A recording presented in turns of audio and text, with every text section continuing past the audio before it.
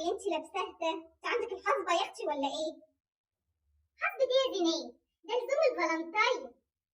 فالنتاين ايه يا زيزي؟ ده لسه في شهر 2. هو جه بدري السنه دي يا اختي ولا ايه؟ لا بقى ده انت بتهربي. هو انت ما تعرفيش ان في فالنتاين في شهر 11؟ لا والله يا اختي، اصلي مش متابعه حركه الفالنتاين في البلد. مش الحب يا بنت اللي مقطع بعضه عشان نعمل 2 فالنتاين في السنه. سيبيني في حالي يا زينيه، علشان انا على اخري ومخنوقه من جوزي قوي. ليه بس؟ هو كان عمل ايه عشان الخنقه اللي انت فيها دي كلها؟ يرضيكي يا زينات؟ يرضيك اقول له هتجيب لي هديه ايه في الفالنتاين يقول لي هجيب لك الضغط والسكر؟ يخيشوا راجل يا اختي، كلهم جايبين لنا الضغط والسكر. خليكي رويحه كده وما تبقيش قفوشه يا زيزي.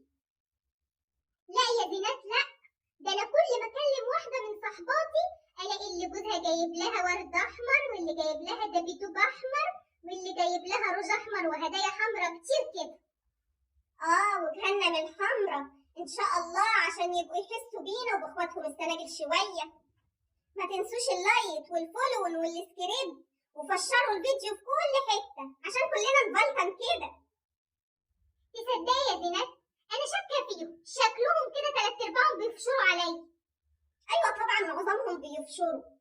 ده انا جيت في مره اقول لجوزي في الفالنتاين انا عايزه عربيه حمرا هديه، قال لي وعايزاها برموت ولا اللي بتشد بخيط؟ اصل انا جوزي بيحب ينكد فكي كده. عموما انا بوجه رساله لاخواتنا المرتبطين المقنتمين يخلوا بالهم وهم خارجين في الفالنتاين. لا واحده فيهم ابوها يقفشها ويبقى بدل العيد عيدين، عيد اضحى وعيد فالنتاين.